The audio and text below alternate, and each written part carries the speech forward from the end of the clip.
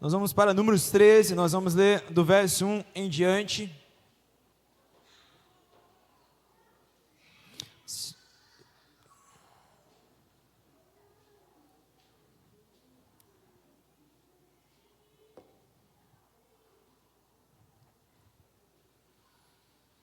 Quem achou diz amém? Amém. Vocês são bons de Bíblia, hein? O Senhor Deus disse a Moisés: mande alguns homens para espionar a terra de Canaã, a terra que eu vou dar aos israelitas. Em cada tribo escolha um homem que seja líder. No deserto de Parã, Moisés enviou os espiões, de acordo com as ordens de Deus, o Senhor. Todos eram chefes de tribos, povo de Israel. Agora nós vamos para o verso 21.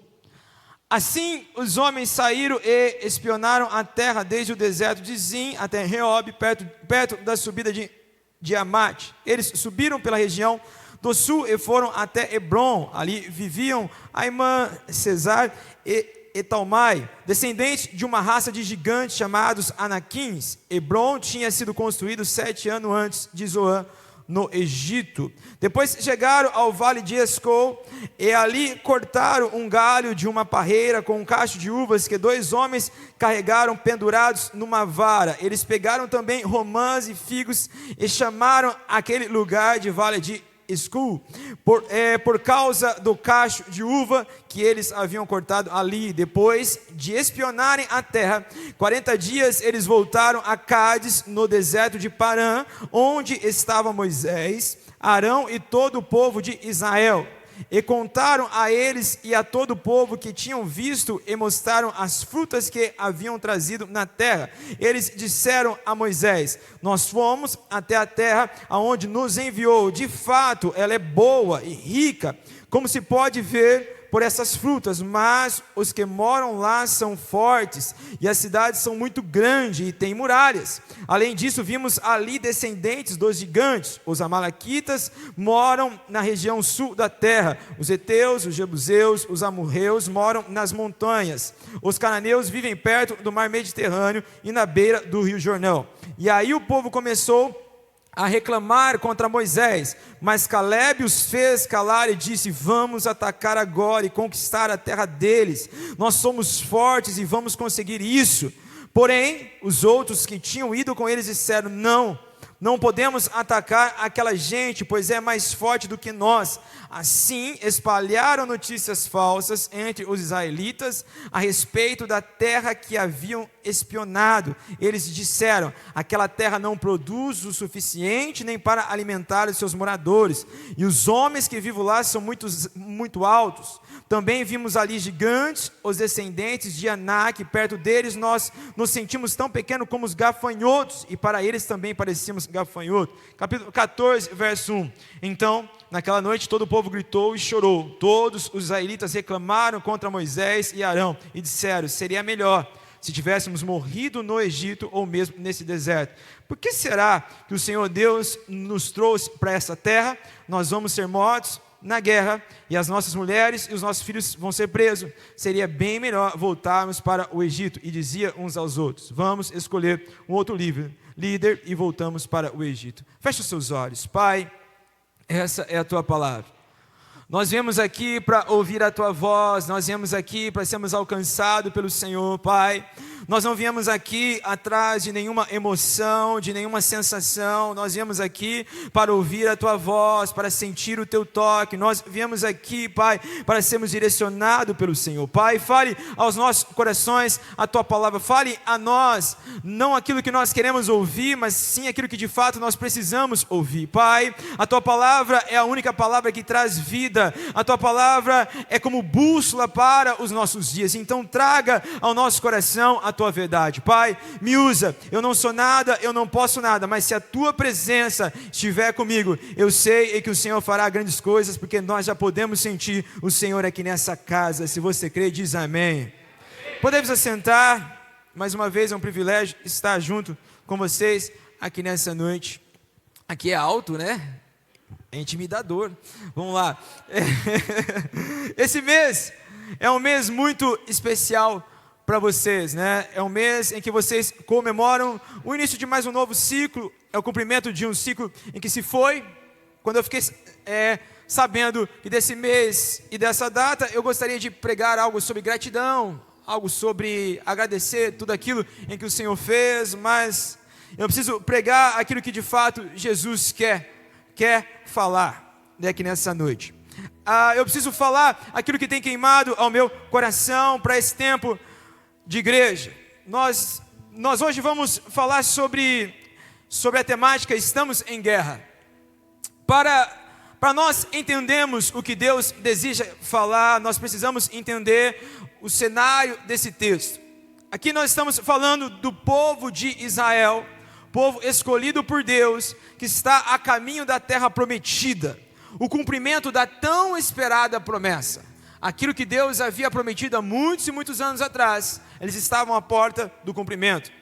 Deus me traz para essa estação do povo de Deus, porque eu acredito que se nós não formos a última, nós somos uma das últimas gerações antes da volta de Cristo.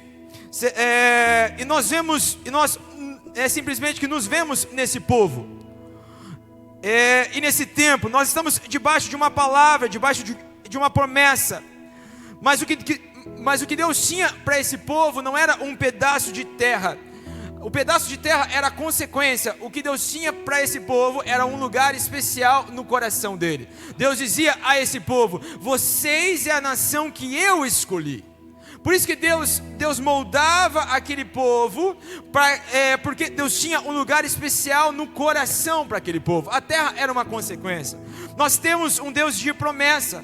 Deus faz promessa para a igreja. Deus tem prosperidade para a igreja. Deus tem um tempo de alargar as tendas. Deus tem um tempo de vitória para a igreja. Mas isso é consequência de uma igreja que aprende a amar a Deus e aprende a viver a vontade de Deus. O alargar de tendas, o romper é consequência de uma igreja que olha para Cristo e que deseja viver para Cristo. Amém? Aquilo que a igreja viveu há um tempo atrás era só um pouquinho do que Deus queria fazer. Não há como negar, nessa caminhada nós já vivemos muitas coisas grandiosas em Deus como igreja. Tempos bons, tempos marcantes, tempos únicos, no qual nós paramos e dizemos: uau, de fato Deus está aqui. Eu lembro que nós tivemos muito tempo bom. Eu lembro que nós fazíamos encontros, tinha gente saindo pela janela de tanta gente, e Deus fazendo, e Deus transformando, e Deus ainda faz, mas houve um tempo que Deus fazia muito. Mas olhar para trás, o que nós precisamos entender, que foram tempos bons, mas o que eu costumo chamar isso de uma sarça ardente. Sarça ardente é o que aconteceu com Moisés. Um dia memorável, um dia que de fato é incontestável que Deus estava lá. Uma sarça ardendo e não se consumindo. Ele se aproxima, ouve a voz de Deus, de fato era a voz de Deus. Deus fala para ele: ó, tira a sandália aqui dos seus pés, porque o lugar que você pisa é santo. Uau! Ele estava encontrando Deus. Mas esse dia ficou no passado. Podemos que nos alegrar com algumas sarças ardentes, tempo bom, mas não é hora de orarmos para a sarça arder de novo. Aquele era um nível de Deus, aquele era o início de uma jornada com Deus, sabe? Aquele dia para Moisés era: uau, Deus está aqui. Mas a sarça arder e não se consumir era o nível inicial. Moisés ainda iria passar 40 dias com Deus. Moisés ainda iria estar nas nuvens com Ele. Iria ter a ousadia de pedir para ver fisicamente e ainda continuar vivo. E ele viu. Agora entenda, a sarça, o que nós podemos ver é que a sarça ardeu para Moisés mais uma vez.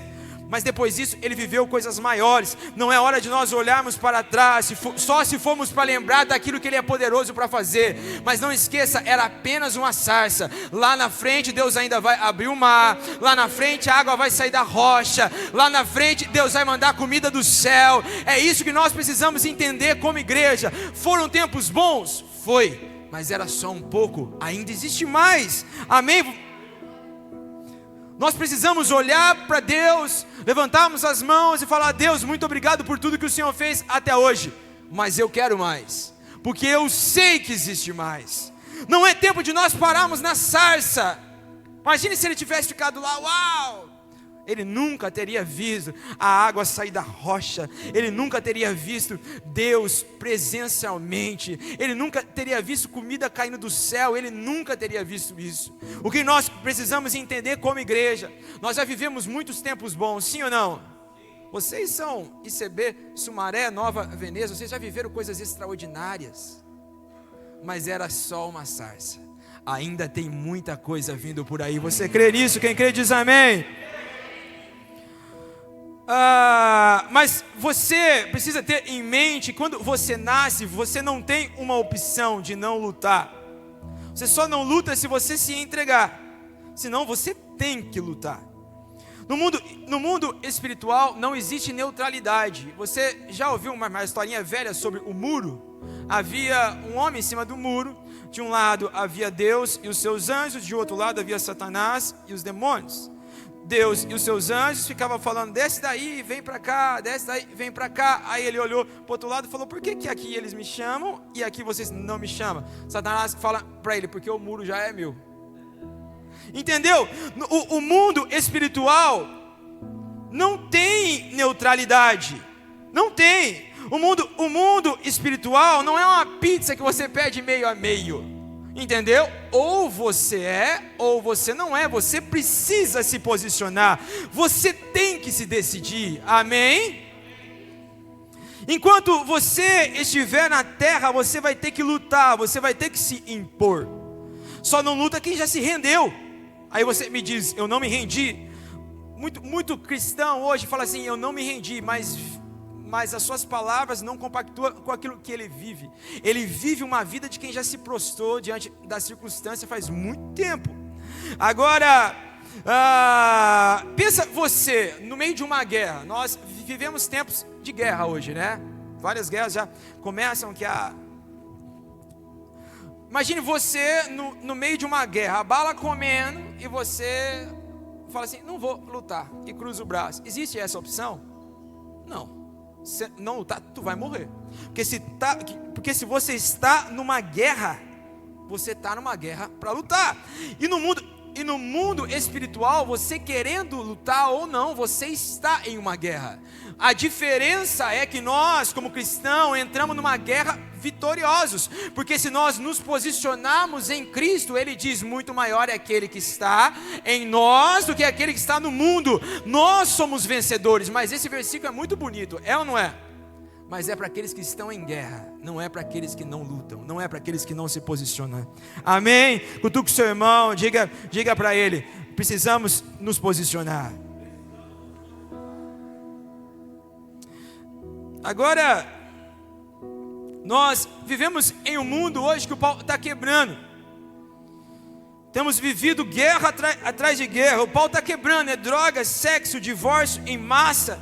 Satanás cumprindo o propósito dele e o cristão tinha de braço cruzado, falando: hoje eu vou dormir.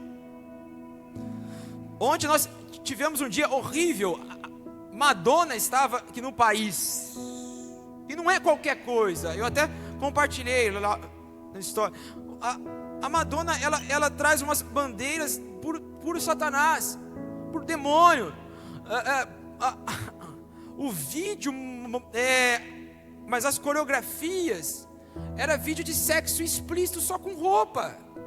As danças eram dança sexualizando tudo. E aí nós, como cristãos, cruzamos o braço e falamos: vamos dormir.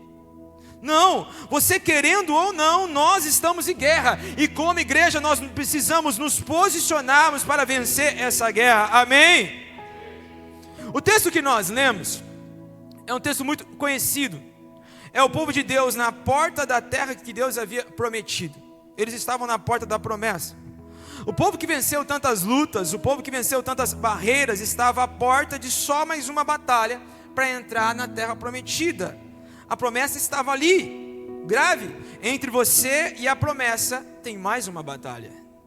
Entre você e o cumprimento de uma promessa existe uma batalha. Quem entendeu diz amém.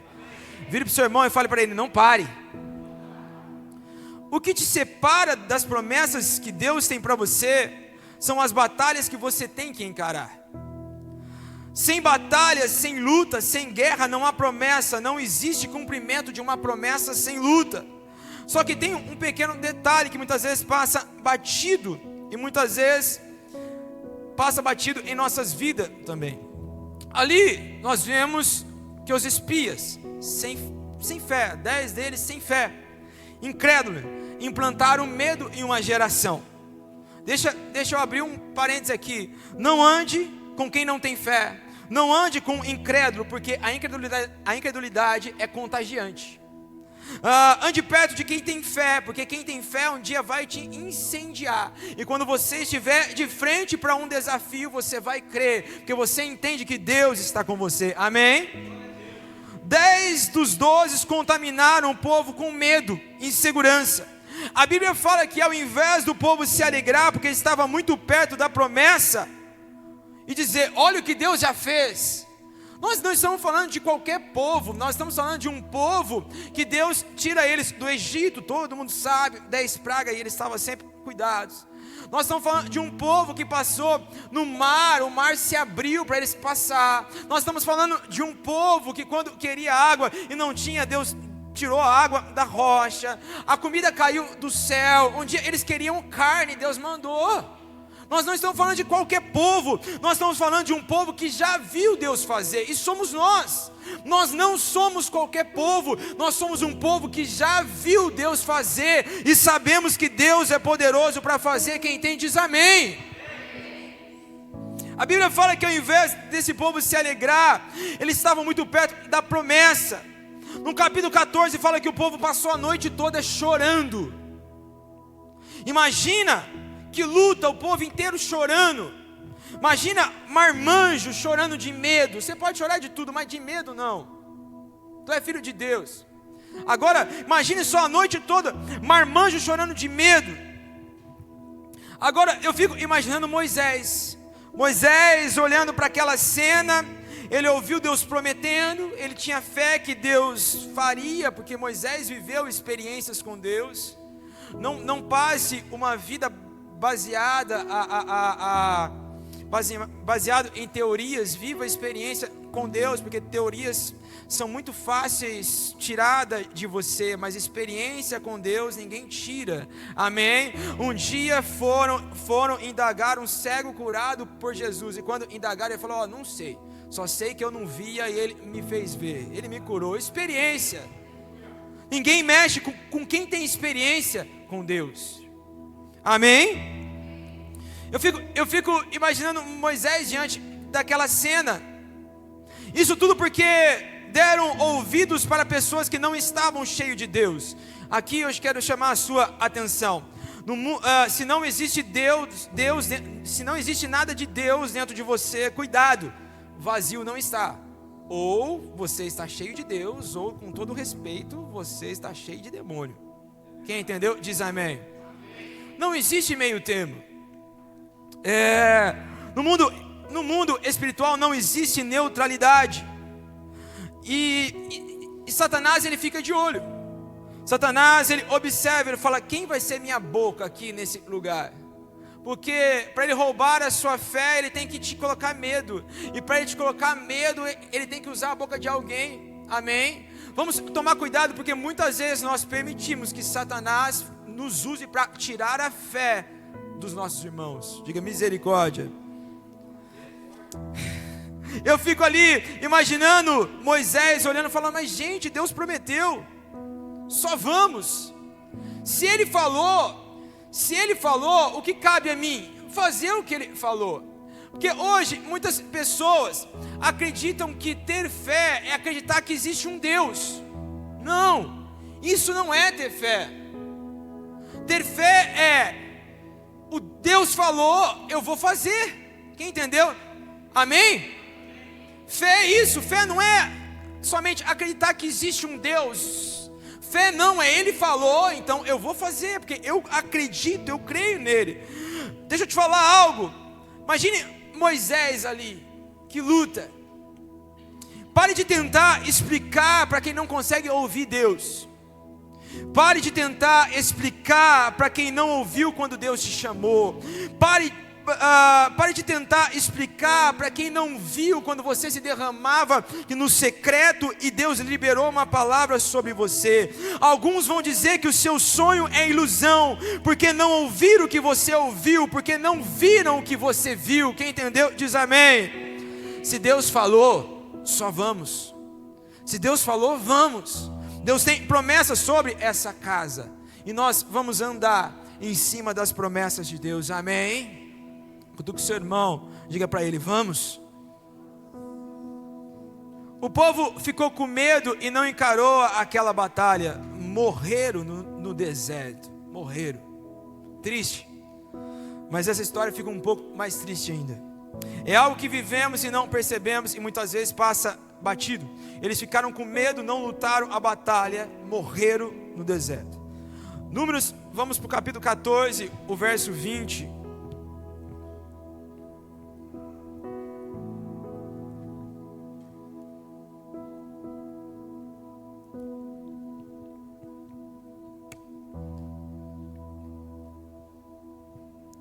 Diz assim, ó, já que você pediu, o Senhor Deus disse, já que você pediu, eu perdoo, mas pela minha vida e pela minha presença gloriosa que enche toda a terra, juro que nenhum desses homens viverá para entrar naquela terra. Eles virão a minha glória e os milagres que fiz no Egito e no deserto. No entanto, 10 vezes puseram à prova a minha paciência e não quiseram me obedecer. Eles nunca entrarão na terra que jurei dar aos seus antepassados. Nenhum daqueles que me abandonaram verá aquela terra. Agora entenda, a Bíblia deixa claro que esse povo que foi espionar, eles vêm, eles espalham uma notícia falsa, incendeia a galera de incredulidade. A batalha que era para eles enfrentar, eles não enfrentam, porque alguém colocou medo e insegurança neles. Mas a Bíblia deixa claro, Deus fala que nenhum deles entra na terra prometida, a não ser Caleb, que Deus havia prometido, e Josué, que era o líder daquele povo que Deus também havia prometido. Mas um povo entrou na terra prometida, e era o povo de Deus, sim ou não? Agora, o que nós vamos entender aqui? Eles não entraram, quem entrou foi a próxima geração, foram os filhos deles. Agora, preste bem atenção aqui, grave isso. As guerras que você se recusa a encarar e a se posicionar, a lutar, seus filhos um dia terão que lutar. As batalhas que Deus te chama para encarar, as lutas que Deus te põe de frente para encarar, se você não lutar, você vai deixar o pepino para a próxima geração, você vai deixar para os seus filhos. No mundo espiritual não existe, essa guerra eu não vou lutar, deixa quieto. Não, aqui nós ainda estamos em Números 14. Muitas coisas vão acontecer, mas esse povo vai ficar andando em círculo. Esse povo, um caminho que era de poucos dias, torna-se anos e anos, porque uma geração se recusou a lutar uma batalha. Uma geração, Deus chamou ela para lutar uma batalha e ela se recusou. As guerras que você deixou de lutar são as vitórias que você deixou de conquistar. Cutuca o seu irmão, faz uma cara de profeta para ele, diz assim, ó, as guerras que você deixou de lutar são as vitórias que você deixou de conquistar. As guerras que você, pai de família, tem evitado lutar são as guerras que você está deixando para sua casa, para sua família. Você acha que é só um tempo. Existe uma frase, quando se fala de mundo espiritual, tem uma raiva, que fala assim, você chama o fulano, vamos irmão, vamos para a vigília, vamos jejuar, vamos fazer isso, aquele. Ele olha para você e fala, estou de boa. Rapaz, dá uma raiva. Enquanto você acha que está de boa, o inimigo está ganhando um território. Hoje eu posso dizer que na minha casa eu sou um privilegiado. pela realidade que eu vivo. Eu não sou rico, não, estou muito longe disso. Mas quando eu olho para a história dos meus pais, eu vejo que eles encararam batalhas, venceram batalhas que eu não vou precisar lutar, porque eles não pipocaram, não recuaram quando era para encarar. Essa igreja aqui, hoje, ela vive fruto de uma geração que se posicionou e encarou a batalha. Amém? Existem batalhas que hoje você escolhe frutos, porque uma geração se levantou e encarou. Nós estamos falando de Casa da Bênção. Nós estamos falando de um ministério conhecido que no Brasil todo nós colhemos fruto de uma geração que se posicionou e lutou. Mas não pode parar. Deus nos coloca de frente de novas batalhas que nós precisamos encarar, porque Deus nos chamou para batalhar e vencer. Amém? Existe um novo nível para ICB Sumaré, existe um novo tempo, existe um alargar de tenda, existe um romper ainda maior. Não se esqueça, aquilo era só uma sarça ardente. O mar ainda vai abrir, a água ainda vai sair da rocha, vai cair comida do céu, vocês vão ver o que ainda nunca viram. Amém? Agora, a minha avó, por parte de mãe, se casou 3 vezes. A minha mãe, graças a Deus, está com o primeiro e último casamento dela. Essa batalha, essa maldição, ela quebrou, ela encarou. Existe gente que quando você olha a árvore genealógica dela, você vê a mãe divorciada, quer dizer, vó divorciada, mãe divorciada, filha divorciada. Alguém tem que encarar e tem que quebrar essa maldição hereditária. Alguém tem que ir para a guerra, senão vai ficar. Você precisa se posicionar. Quantas pessoas que vêm de uma maldição hereditária terrível? Por quê? Linguagem futebolística.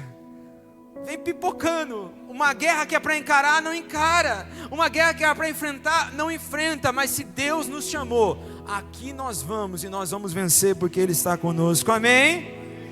No reino de Deus não existe descanso aqui na terra. Só no céu. Eu falo de descanso espiritual, tá? Você pode dormir, você pode tirar um dia para passear, o casado pode namorar, é de Deus isso aí, amém ou não? Ó. No reino não existe descanso aqui na terra, só no céu. Não pare de lutar. Deixa eu contar uma história para você. Certo dia Davi parou.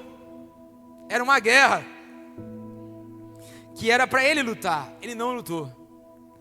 Isso fez um estrago de gerações na família dele. Tinha uma guerra, mas Davi olhou e falou: hoje estou de boa. Ele não percebeu, mas o inimigo estava destruindo o lar dele, estava destruindo a história da família dele, por causa de uma guerra que ele deixou de lutar. Estamos falando de um homem que lutou diversas guerras, mas uma guerra que ele deixou de lutar. Vou resumir para você o estrago bem resumido. O filho que nasceu com Betseba morreu. Sua filha foi estuprada por outro filho. Amon, seu filho, foi morto por Absalão, seu outro filho. Absalão foi morto, seu filho. Adonias foi morto por outro filho, Salomão, por causa de uma guerra que Davi não lutou. Nós temos aqui um saldo de 4 mortes, uma filha estuprada e Satanás fazendo estrago em uma geração. Agora, deixa eu te falar algo. Nunca negocie com o inimigo. Eva não caiu quando comeu o fruto. Eva caiu quando negociou com o inimigo. Com o inimigo a gente não negocia. Satanás, ele te odeia. Entendeu? Satanás, ele te odeia. E nós odiamos tudo que é do Satanás. Ou se nós amamos tudo que é de Deus, nós odiamos tudo que é de Satanás. E nós somos de Deus, então Satanás, ele nos odeia. Entenda algo, a Bíblia fala que Deus tem plano e propósito para nós. Quantos creem? Diz amém. Todo ser humano foi feito com um propósito. Mas eu vou dar uma notícia para você também. Satanás também tem propósito para você. Para você e para toda a sua casa. Sim, a Bíblia fala que ele veio para matar, roubar e destruir. É um propósito. Para cada um ele faz de um jeito, mas tem propósito. Deixa eu te dizer algo. Se você não tem vivido os propósitos de Deus, outro propósito você tem vivido. Deus te chamou para viver os propósitos dele, para encarar uma guerra e para te fazer mais do que vencedor. Amém? Você crê assim? Diz amém. Não negocie com o inimigo. Muito pai de família hoje tem negociado com o inimigo. Um pé na igreja, outro no mundo. E muitas vezes nós nos perguntamos. Eu gosto de pregar fora que eu posso falar e ninguém vai achar que é indireta. Eu gosto disso, que lá tudo é indireta, né? Tudo é embaçado. Mas aqui fora não conheço ninguém. Não é indireta, não, é tudo direto mesmo. É do céu. Vamos lá. Um pé na igreja, outro no mundo. E aí às vezes a gente que nos pergunta: por que a minha vida está um inferno? Porque você tem se posicionado quanto aos propósitos que o inferno tem para você. É simples. Entenda, aquele povo se recusou a lutar aquela batalha. Por isso não entrou na terra prometida. Deixou uma batalha para a próxima geração. Davi se recusou a lutar, e quem pagou o preço foi a sua casa. O que eu mais vejo hoje são cristãos que dão um passo para trás no momento de batalha, no momento de guerra, no momento... Eu fico doido quando pai de família tem criança com seus 7, 8 anos e ele desvia bem nessa hora. Bem nessas horas que Satanás tem esquematizado ideologia de gênero, tem feito lavagem cerebral. É na hora dele encarar a batalha, ele dá um passo para trás. Davi, no momento de guerra, ele deu um passo para trás, ele recusou a encarar aquela guerra, e a sua casa pagou. As guerras que Deus tem colocado para você batalhar, você precisa encarar, e Deus vai te dar a vitória. Quem entendeu diz amém. Segundo Samuel 4:4, você pode abrir, fazendo um favor?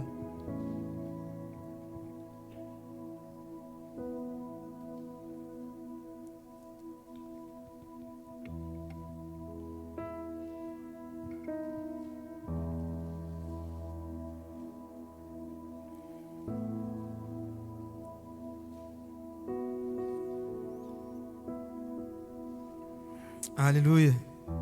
Quem está feliz ainda diz amém. Amém. Hoje Deus me trouxe aqui para trazer de novo alguns soldados à guerra. Alguns que achavam que era tempo de se aposentar. Não é não. Aposentar é só no céu. Existe uma guerra que nós vamos guerrear todos os dias. Essa guerra é de joelho. Essa guerra é se posicionando. Quem entendeu diz amém. Segundo Samuel 4:4, outro texto muito conhecido. Quando Saul e Jonatas foram mortos em Gisrael, Mefibosete, filho de Jonatas, tinha 5 anos de idade. Ao chegar a notícia da morte de Saul e de Jonatas, a mulher que cuidava de Mefibosete o pegou e fugiu, mas estava com tanta pressa que deixou cair, e ele ficou manco. A batalha que Saul e Jonatas perdeu custou muita coisa na vida de Mefibosete. Deus te chama para batalhas. Deus te chama para batalhas. E quando Ele te chama para uma batalha, Ele já te capacitou para vencer essa batalha. Ele é Pai. Ele não te coloca em uma batalha pela qual Ele não te capacitou ainda para vencer essa batalha. Ele não coloca sobre você um fardo pelo qual Ele já não te preparou para carregar esse fardo. Batalhas são batalhas. Se você está em Deus, você não perde batalha, porque Ele é invencível. Nem a morte foi capaz de vencer. Mas se você não está nele, a derrota é certa. O reino de Deus não existe meio termo. As pessoas acham que a aparência de crente hoje vence batalha. Não vence. Não adianta você vir na casa de Deus com toda a polpa de crente que você tem, e ao invés de receber, você sentar e ficar aqui no celular. Você não vai receber nada. Não adianta você você ter pose de crente, mas em sua casa você não se posiciona. Você não levanta um altar para Deus. Você não fecha as portas para as artimanhas de Satanás. Nós precisamos nos posicionar para vencermos guerra. Agora, olhe para as nossas vidas, olhe para a sua vida. O quanto que você já teve que lutar nessa vida porque seus pais um dia perderam guerra. Tem filho, tem filha que hoje colhe fruto porque os seus pais se recusaram a encarar uma guerra. Tem filho que colhe fruto porque os seus pais desistiram de um casamento, perderam uma guerra. E aí os filhos nascem com com uma ausência paterna em casa. Aí os filhos nascem tendo que tapar buraco. Quantos de vocês tiveram que ir trabalhar tão cedo, queimaram etapas da vida, porque seus pais perderam uma batalha? Perderam batalha de mais insuficiência financeira, porque um dia abriram mão do seu casamento, e hoje nós precisamos batalhar guerras que deixaram de batalhar. Quem entendeu, diz amém. Mas conosco vai ser diferente, os nossos filhos viverão melhor, porque nós não vamos desistir de batalha, nós não vamos fugir de batalha. Aquilo que hoje para nós é o teto, para eles vão ser o piso, porque nós vamos dar sustentação, para que eles vivam ainda coisas maiores em Deus, amém? É isso, igreja, casa da bênção, o que nós viveremos são coisas maiores, são coisas grandiosas, porque houve uma batalha que foi batalhada e foi vencida. Agora cabe a nós encararmos e nos posicionarmos, amém? Agora, sua casa é reflexo das batalhas que você vence ou das batalhas que você perde. Essa igreja é reflexo de muitas batalhas vencidas, mas nós não podemos parar aqui, e nós não vamos parar aqui. Quem crê diz amém. Cutuque o seu irmão, fala para ele: nós não vamos parar. Salmos 24, verso 8. Eu vou te mostrar quem está na guerra conosco. Salmos 24, verso 8.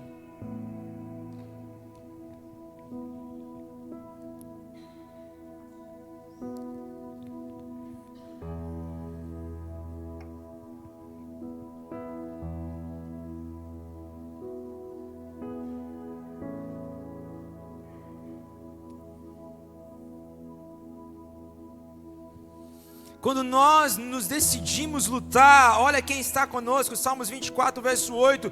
Quem é o Rei da Glória? O Senhor forte e valente, o Senhor valente nas guerras. Verso 10, quem é esse Rei da Glória? O Senhor dos Exércitos, Ele é o Rei da Glória. Quando nós nos posicionamos, é questão de tempo, a vitória é nossa, porque Ele está conosco. Se Ele estiver conosco, não tem como dar errado. Não tem como você ser infeliz se você está dentro do propósito dele. Não tem como. Não tem como dar errado se ele deu uma palavra. Muitas vezes nós não entendemos a forma dele fazer, mas confia, lá na frente nós vamos viver, nós vamos saborear os frutos de uma batalha vencida. Nós estamos em guerra. Se o sacerdote da casa deixou de ouvir Deus, como um dia ele fez, Deus vai levantar meninos como Samuel, que tem um ouvido sensível à voz de Deus. Que se levante o Samuel dessa geração. Eu não sei se você viverá as promessas, eu só sei que Ele cumprirá o que Ele prometeu. Se você não viver, outros viverão. Há uma oração que eu faço: Senhor, eu não sei o que o Senhor vai fazer nessa geração, mas por favor, não me deixe de fora daquilo que o Senhor vai fazer nessa geração. Amém? Deus prometeu, a promessa do sacerdócio era para Eli e sua casa. Ele não viveu. Deus não parou os planos. Samuel viveu. Deus prometeu, Ele vai fazer. Vai viver as promessas ou outros viverão as promessas. Fica tranquilo que Ele não é ilimitado. Se você viver, Deus tem promessa para todo mundo. Fica tranquilo. Mas se você recusar a viver as promessas dele, pode ficar tranquilo que Ele levanta outro, porque aquilo que Ele prometeu, Ele vai fazer. O que Deus prometeu sobre essa casa, Ele vai fazer. A pergunta é que eu faço para você: você vai participar? Você vai se posicionar? Porque se Ele prometeu, Ele vai fazer, amém? Um posicionamento muda a história. Um posicionamento muda a história. Vamos lá para Juízes 11.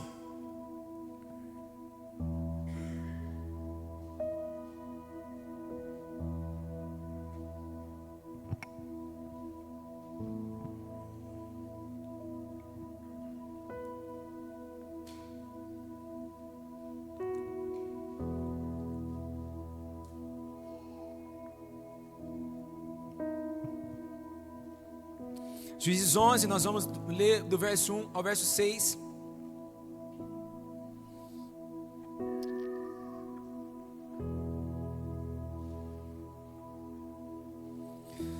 Quem achou diz amém? E aí nós caminhamos aqui para o final. Jefté, o gileadita, era um guerreiro valente. Sua mãe era uma prostituta. Seu pai chamava-se Gileade.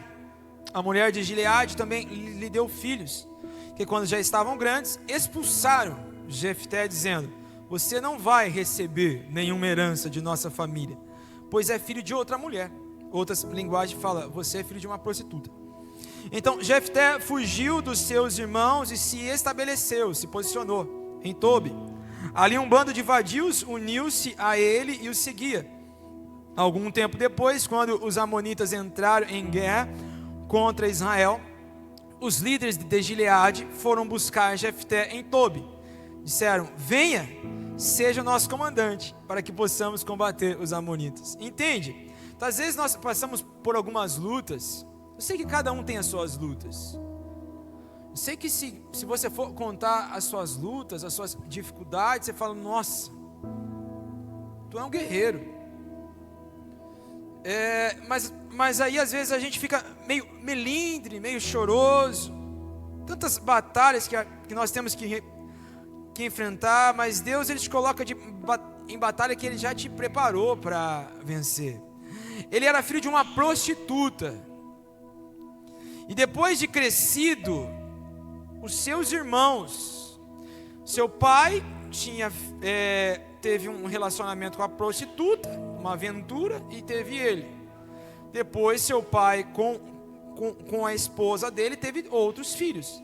Esses filhos cresceram e falaram: o que? A herança nós vamos rachar entre você é filho de prostituta, vaza. Foi isso. A sua família recusou ele. Mas a Bíblia fala que a vida, Deus propôs a ele uma peleja. Então ele se posicionou, se tornou um homem de guerra. Aí um dia, aqueles que expulsaram ele, viram o que Deus tinha feito na vida dele, viram que ele era um homem de posicionamento, vencedor de batalhas, foram atrás dele, pedir para ele liderar eles. Quando Deus te coloca em uma batalha, você só precisa se posicionar, porque Ele vai te dar a vitória, e outros vão ver as mãos de Deus sobre você. Amém? Ele se tornou o 8º juiz do povo de Israel, porque se pôs a lutar as guerras que ele tinha que lutar. Quando você vai ler o livro de Neemias, a Bíblia fala que Neemias estava servindo em outro país, até que chega para ele aquela notícia que o seu povo, a sua terra, Israel, estava destruída, os muros estavam caídos. Naquela época, o muro era a proteção de uma cidade, né? Se você for ver filmes de época, por exemplo, Os 300, você vai ver o cavalo de Troia, você vai ver que a proteção de uma cidade era os muros, porque antigamente não tinha avião, não tinha drone, não tinha nada. Pro inimigo entrar, até ele entrar, você se armava e você combatia de dentro. Só que Jerusalém estava derrubado, sem muros, sem proteção, estava cativo, estavam destruídos. Neemias fica sabendo, todo mundo conhece, né, na história, ele jejua, pede ao rei, o rei que autoriza, dá para ele algumas coisas. Ele vai lá, levanta uma equipe e começa a trabalhar para a reconstrução das muralhas. Ele se posicionou. Só que você vai ler o livro de Neemias. Se você não leu, por favor, leia. Tem uma série boa para você hoje. Lê o livro de Neemias, né? Você vai ver que o tempo todo Sambalate e Tobias estão tentando destruir, estão tentando atrapalhar aquilo que ele está edificando. Só que quando você vai ver a história de Sambalate, ele era um amanita da tribo de Amã.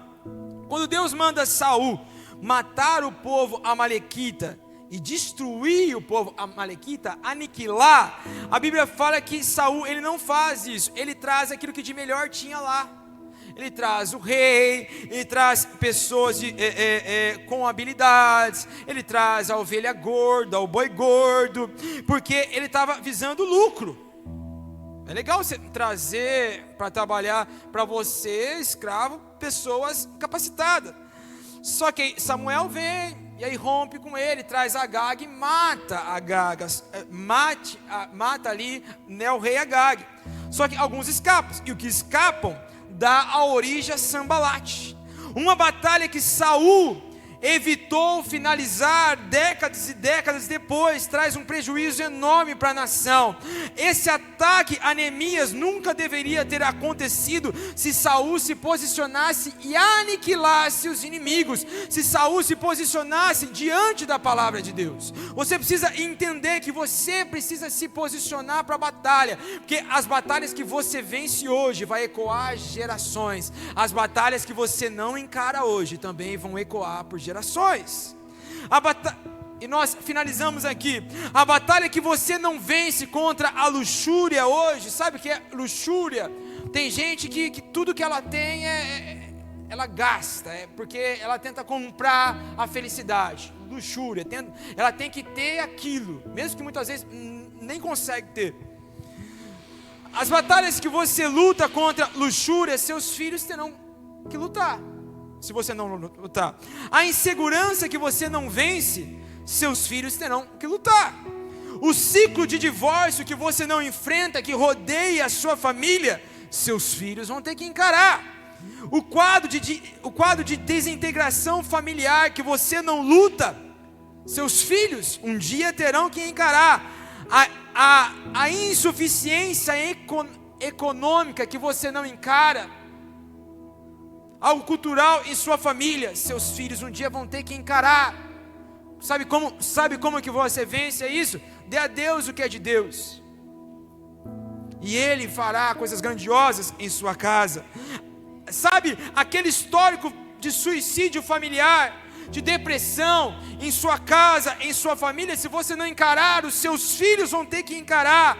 Aquele histórico de desvios sexuais que assola a sua família, se você não encarar, os seus filhos terão que encarar. As cadeias de pecados hereditárias, de maldição hereditária, se você não encarar, um dia seus filhos vão ter que encarar. Prostituição, vício, adultério, pornografia, abusos sexuais. Há um quadro de abuso sexual que na família se posicione, encare, luta. Nós estamos em guerra, mas como eu venço tudo isso? Volte a buscar a Deus. Lute de joelhos pela sua casa. Como que eu me posiciono no céu? Levanto a voz? Não. Dobre o joelho, leva até Ele, porque Ele vai te dar a direção, e quando Ele te der a direção, você vai, caminhe, porque a vitória é sua, amém? Sabe como que nós vencemos nossas guerras?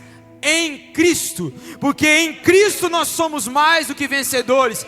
Em Cristo, quem entendeu diz amém. Se você ainda não entregou a sua vida para Ele, hoje é dia. E se você se entregou e tomou de volta, que a gente tem muito disso, né?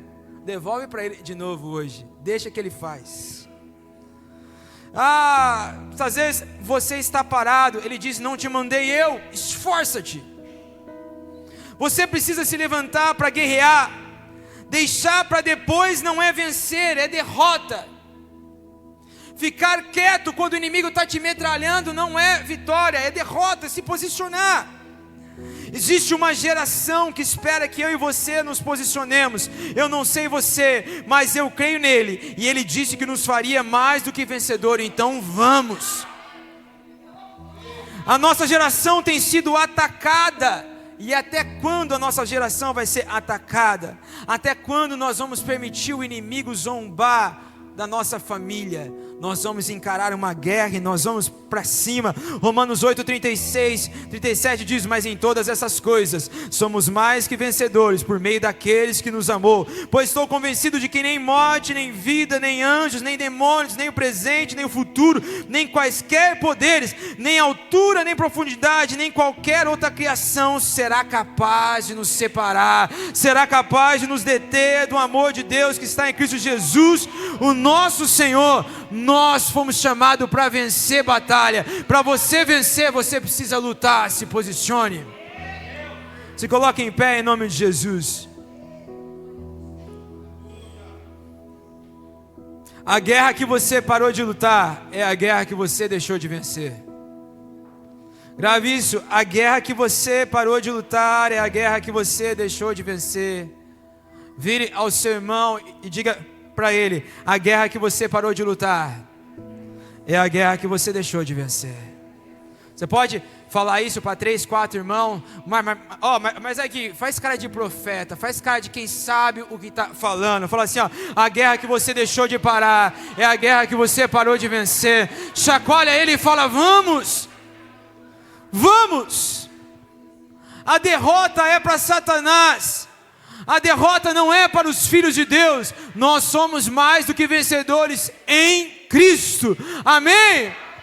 Hoje nós podemos usufruir de um ar-condicionado, de uma estrutura ímpar. Olha que igreja linda, que igreja linda. Mas isso só é capaz porque uma geração atrás venceu batalha, venceu guerra. E o que nós vamos fazer? Nós vamos continuar lutando, porque Deus ainda tem coisas maiores. Isso aqui era só uma sarça. Ainda tem o mar para abrir, ainda tem água para sair da rocha, ainda tem maná para cair do céu, ainda tem água, ainda tem coisas poderosas para acontecer, amém? Feche os seus olhos, coloque a sua mão sobre o seu coração e vamos orar aqui nessa noite. Começa a orar, falar, Senhor, me ajude. Senhor, não permita que eu desista das guerras. Não permita que eu recue. Não permita que eu esqueça quem me chamou. Oh, Senhor, o Senhor nos chamou, o Senhor nos trouxe até aqui, porque o Senhor nos escolheu para vivermos uma vida vitoriosa. Nessa noite nós lançamos por terra toda a maldição hereditária. Nessa noite nós dizemos, nós não aceitamos a depressão na nossa família, nós não aceitamos o divórcio nos nossos lares, nós não aceitamos, Pai, a desintegração familiar, nós não aceitamos a insuficiência financeira, nós não aceitamos derrota, porque o Senhor nos chamou. E se o Senhor nos chamou, o Senhor nos chamou para vencer, o Senhor nos chamou para vitória. Senhor, levanta os guerreiros, levanta os soldados, levanta, Pai. Eu oro por aquele que parou, por aquele que desistiu, por aquele que achou que não é mais tempo para ele. Levanta, Pai, levanta. Nós viveremos coisas estrondorosas. Não te mandei eu, Isebeço Maré. Então levanta, se posiciona. Espírito Santo, Espírito Santo, marca os seus filhos nessa noite. Nós viveremos coisas extraordinosas, porque o Senhor nos chamou para viver em nome de Jesus.